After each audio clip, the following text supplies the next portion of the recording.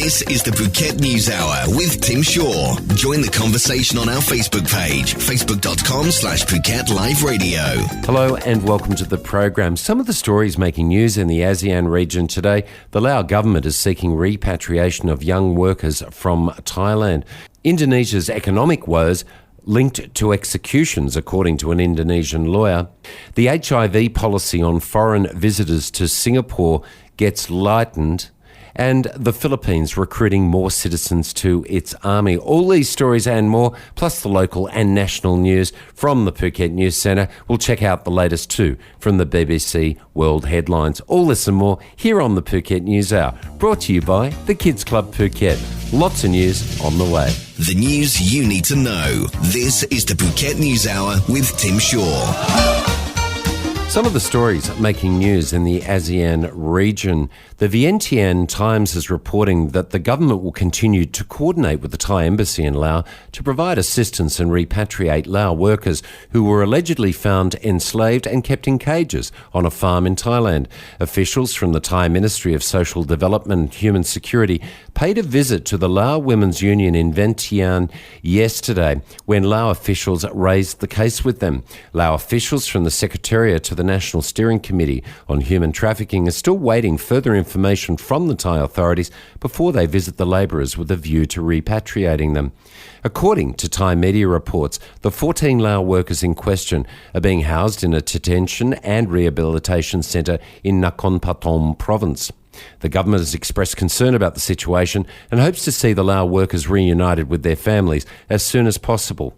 According to Thai media, a team of Thai police and soldiers recently raided a pig and chicken farm in Nakhon Pathom province after they were given information by 2 Lao workers who had escaped from there. During the raid, they found 12 Lao workers aged between 14 and 25 years old, sleeping in small spaces framed by metal bars that resembled animal cages. That report from the Vientiane Times.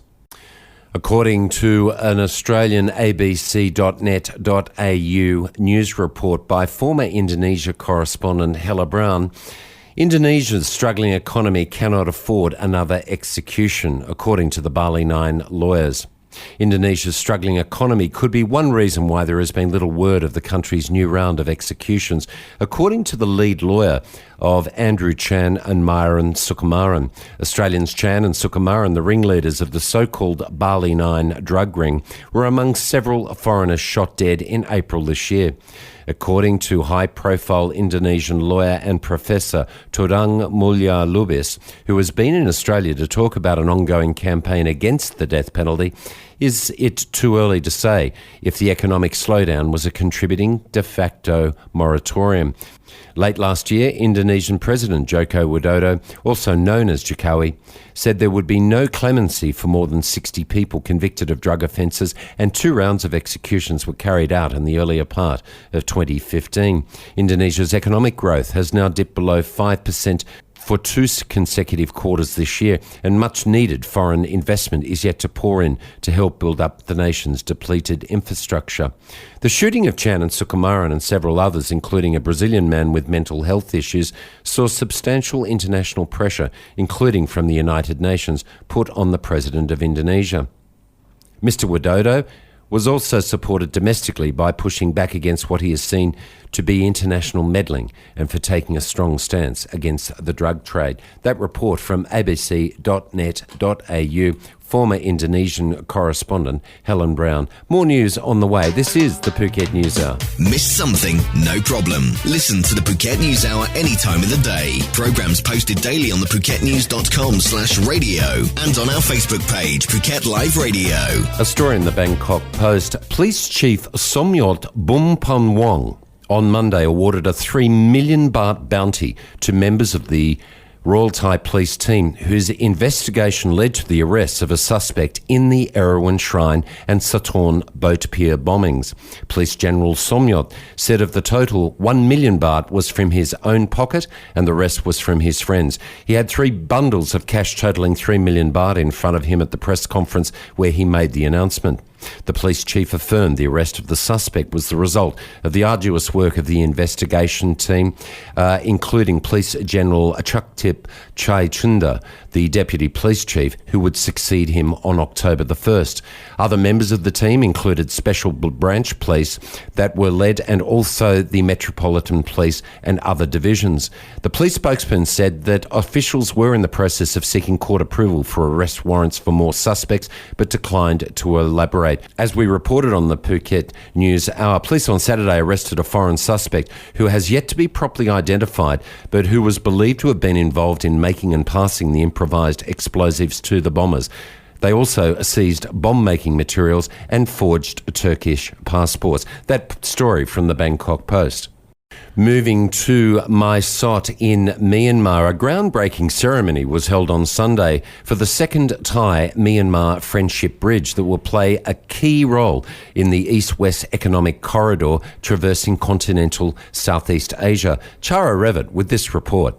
The ceremony for the bridge linking the Myanmar border town of Mawadi and the Thai town of Mae Sot was attended by government leaders of both countries. Construction costs have been budgeted at 640 million baht, $17.8 million to be borne by the Thai side. It is scheduled to be completed in 2017. It is expected to reduce traffic congestion at the first Thai-Myanmar Friendship Bridge, which sometimes takes cargo vehicles half a day to cross. The East-West Economic Corridor is to extend 1,700 kilometers as a continuous land route between the South China Sea and the Andaman Sea, connecting Vietnam, Laos, Thailand, and Myanmar. Together with the North-South Economic Corridor linking Thailand and China, it is expected to be a symbol of the Association of Southeast Asian Nations Economic Community, set to be launched later this year. Chara Revitt with that report from the Bangkok Post. More news on the way. Your daily news fix, Monday to Friday at 11 a.m. Only on Live 89.5. The Phuket News Hour, proudly sponsored by the Kids Club Phuket. This Sunday, the 6th of September, from 4 p.m. to 7 p.m, the Kids Club invites you to a day of knowledge.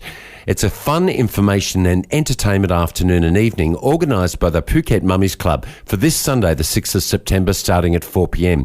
Browse the information booths and learn more about what the following groups and businesses have on offer for your children. Representatives from Jube Jube, Indigo Kids International Preschool, Oasis Ed Phuket, Kids Planet and Happy Baby. From 5 p.m. to 7 p.m, entertainment will include performances by dancers and acrobats, interactive games, fun contests and other activities for your children. If you want to know more, go to facebook.com, The Kids Club Phuket, and press Day of Knowledge. The Kids Club Phuket, open from 10 a.m. to 9 p.m, 7 days a week. A great entertainment program. Mums and dads, pop along to Jung Salong, just across the road, and don't forget underground parking available at the Kids Club Phuket. The Kids Club Phuket, proud sponsors of the Phuket News Hour. Your island, your station, Live 89.5. A story that relates to Cambodia. The government of Cambodia entered into an arrangement with the Australian government that allowed for the cost of $55 million in related foreign aid payments for the resettlement of asylum seekers that may have attempted to land in Australia and were transferred to Manus Island and Nauru. Well, according to a story today on the sydneymorningherald.com.au, the Foreign Minister Julie Bishop says that reports of the deal with Cambodia to resettle asylum seekers collapsing are based upon one official. But there is conjecture about the value of this program on the basis that only 4 people, a Rohingya man, an Iranian man and 2 Iraqis, have taken advantage of this opportunity. Let's cross to ABC 24, who spoke with Ms Bishop in a press conference in Australia. Today's announcement is about using foreign aid more efficiently, and yet today we're hearing about Cambodia saying it's not going to take more than 4 of the people who've been moved from Nauru, and the government has spent $4 million on that. Is that now a collapsing deal? Well, that is not correct. You're relying on an alleged statement of one official. I had a very positive meeting with Foreign Minister Ho Na Hong in Kuala Lumpur recently on the sides of the East Asia Summit, and we had a very productive, constructive discussion about how Cambodia can continue to work in partnership with the Australian government and others. Cambodia is part of the Bali process. Cambodia is committed to a regional solution and has committed through a memorandum of understanding with the Australian Government to resettle some asylum seekers who are found to be genuine refugees. And Cambodia is an aspiring country. It wishes to increase its GDP. It wishes to harness the skills of foreign workers, and in this way they can resettle people into Cambodia and help boost their GDP. And yet the human rights organisations say that the human rights there are being trammelled and that we shouldn't be supporting it. Human rights organisations are very quick to continue to condemn countries for their past. Cambodia is determined to put its past behind it and to build its capacity to be a developed country. And just as other countries in Southeast Asia have gone from developing to developed countries, and they can be very difficult and painful journeys, so Cambodia and other countries wish to become a developed country, and we should give them every support. That's Australian Foreign Minister Julie Bishop, and I'll post that press conference on facebook.com Phuket Live Radio and facebook.com The Phuket News. We'll keep following that story about the positive approach of a government through a resettlement program to be able to let people rebuild their lives. Is Cambodia the right place? Well, according to various human rights organisations, the answer is no. We'll keep following that story here on the Phuket News Hour. Today's important stories and the island's best music. This is the Phuket News Hour with Tim Shaw. A story from Malaysia. The New Straits Times Online reports from Kuala Lumpur that the United States of America is looking forward to continuing expanding ties with Malaysia in the coming years. Secretary of State John Kerry said that the US wants to further enhance ties between both governments, its business and people, in order to bring greater prosperity to Americans and Malaysians alike. Quoting the US Secretary of State, quote, "As you celebrate this special day with family, friends and loved ones, I wish all Malaysians around the world a happy Merdeka Day and a peaceful, joyous year to come," he said in conjunction with Malaysia's 58th Independence Day. He's added that the US and Malaysia enjoys a warm friendship and close relations, which he experienced firsthand during his recent visit. Kerry was there to attend the ASEAN Regional Forum earlier in the month of August. He added that the cooperation between US and Malaysia on economic and security matters contributes to stability and prosperity throughout Southeast Asia and beyond. Quoting Secretary John Kerry, "On behalf of President Obama and the people of the United States, I'd like to congratulate the people of Malaysia as you celebrate the 58th anniversary of your nation's independence." Independence Day was August the 31st, Monday this week. That report from the New Straits Times in Kuala Lumpur. A story from the Bangkok Post reporting from Singapore that Singapore plans to soften its ban on HIV-positive visitors. The city-state said on Monday it had lifted a 2-decade ban on HIV-infected people from entering the country, but will limit their stay to a maximum of 3 months. The Singapore Health Ministry has said that the ban was lifted on April the 1st, quote, "given the current context with more than 5,000 Singapore residents living with HIV and the availability of effective treatment for the disease."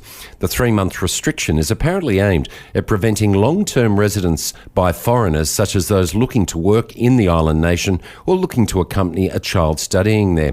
According to the spokesperson, quote, "the policy on the repatriation and permanent blacklisting of HIV-positive foreigners was recommended in the late 1980s when the disease was new, fatal, and no effective treatment was available." The spokesman refused to be identified under Singapore government rules. And with a short-term visit posing a low additional risk of HIV transmission to the local population, the ban on a long-term one remains, as the public health risk posed by long stayers is not significant. Countries such as Australia and New Zealand have similar restrictions on long-term visitors with HIV. That report from the Bangkok Post. Moving to Manila, Philippines, the Army of the Philippines will recruit 2,300 soldiers this year to augment the manpower of its field units. Army spokesperson Colonel Benjamin Ho said yesterday that the recruitment process is being finalised with more than 1,300 applications validated. The Army recruitment is open to qualified individuals who have the potential to become part of the uniformed service. The Philippines Army, the largest major service in the armed forces of the Philippines, recruits 2 to to 3,000 new soldiers each year. Each unit has a quota of 50 to 100 candidate soldiers. To be qualified, an applicant must be a natural-born Filipino citizen with 72 units in college. A high school graduate may also be accepted if the applicant has technical skills needed by the military. Those applicants should be aged between 18 to 26 years old, at least 5 feet or 60 inches in height, single and without a child, of good moral character and physically and mentally fit. There you have it. The future of the Philippines Army, there from the Philippine Star. More news on the way. This is the Phuket News Hour. Your daily news fix, Monday to Friday at 11 a.m. Only on Live 89.5. That is the program for today. Thank you for joining us. And don't forget, you can catch the podcast highlights by going to PhuketLiveRadio.com or check out Facebook.com, The Phuket News, and Facebook.com, Phuket Live Radio. This program produced and presented by Tim Shaw, Associate Producer Chara Revitt, with the resources of the World Wide Web and all of the ASEAN nation online newspapers. Stay tuned. Don't forget, Monday through Friday, 11 a.m. till midday, we'll bring you the catch-up program from 6 a.m. Tuesday through Saturday. Don't forget, the Phuket News Hour, proudly sponsored by the Kids Club Phuket. Have a great remainder of the day until we speak again. Bye for now. This is the Phuket News Hour with Tim Shaw. Join the conversation on our Facebook page, facebook.com/Phuket Live Radio.